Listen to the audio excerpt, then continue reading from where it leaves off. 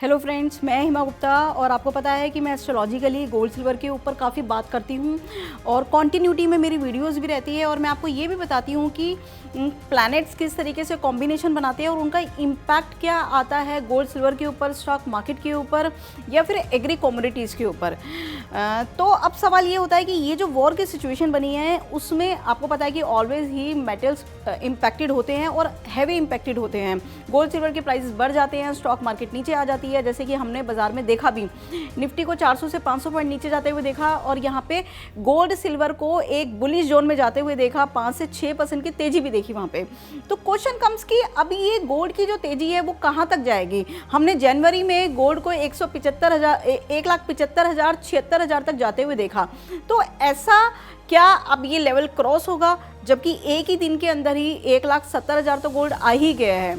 तो अब ये सवाल है कि आगे गोल्ड का क्या रेट बनेगा और कब बनेगा। तो मैं आपको बता दूं कि गोल्ड में आप 2 लाख से ज़्यादा की तेज़ी देखेंगे। 2 लाख से ऊपर कोई बड़ी बात नहीं है, 2.5 से पौने 3 लाख का रेट हम गोल्ड में आते हुए देखें। और दूसरी बात ये कि गोल्ड 2 महीने तेज रहने वाला है, मार्च और अप्रैल। देखिए, ये जो मैं आपको 2 महीने का टाइम बता रही हूँ, ये प्लानिटरी कॉम्बिनेशन जो बने हुए हैं इस टाइम पे वो कहीं ना कहीं गोल्ड को सपोर्ट करते हैं। और एक बात और मैंने पहले भी आपको बताई है कि जो बृहस्पति का गोचर है वो आप देखिए कि जेमिनी साइन में है, मिथुन साइन में है और पुनर्वसु नक्षत्र में है। पुनर्वसु नक्षत्र जो है वो बृहस्पति का अपना नक्षत्र है। जब तक वो उसमें रहेंगे गोल्ड स्ट्रांग ही रहेगा, गोल्ड में गिरावट नहीं आएगी। जब गिरावट आएगी तो वो बाइंग ही बनेगी। अदर कॉम्बिनेशन कुछ बनेंगे, जुपिटर को इम्पैक्ट करेंगे तो कहीं ना कहीं करेक्शन भी आएगा, बट वो correction for the time being होगा।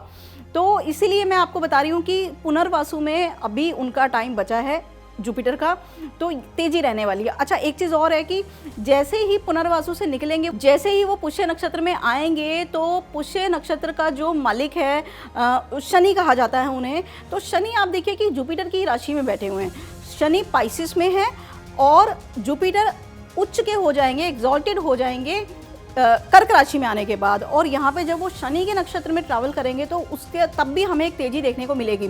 तो जितने टाइम ट्रैवल अभी कर्क राशि में रहने वाला है उतने टाइम हमें यहाँ पे गोल्ड में तेज़ी देखने को मिलेगी। और ये पीरियड जो है अभी वो 2 महीने चलने वाला है, 2 महीने से आगे भी जाएगा, लेकिन उस पर आगे बात करूँगी मैं कि कब उसमें मंदी आएगी, कब गोल्ड नीचे आएगा। लेकिन फ़िलहाल अभी गोल्ड तेज है और आपने देखा भी है कि जिस डेट से मैंने आपको बताया उसी डेट से रिवर्सल भी शुरू हुए। फरवरी का महीना मंदा बताया था, मंदा भी रहा और यहाँ पे तेज़ी भी आई एक। अभी फ़िलहाल मार्च और अप्रैल ये 2 महीने तेज़ी रहने वाली है। जब आपको डाउन मिले तो आपको घबराना नहीं है, या तो आप बाज़ार से दूर ही रहिए, ख़रीदना है तो ख़रीद भी सकते हैं, लेकिन शॉर्ट करके ना चलिए। Thank you. देखिए इंडिया डेली 24/7 अब आपकी स्मार्ट टीवी पर। इंडिया डेली मौजूद है सभी डिजिटल प्लेटफॉर्म पर लाइव और लगातार। इंडिया डेली 24/7 हर दिन राष्ट्र को समर्पित।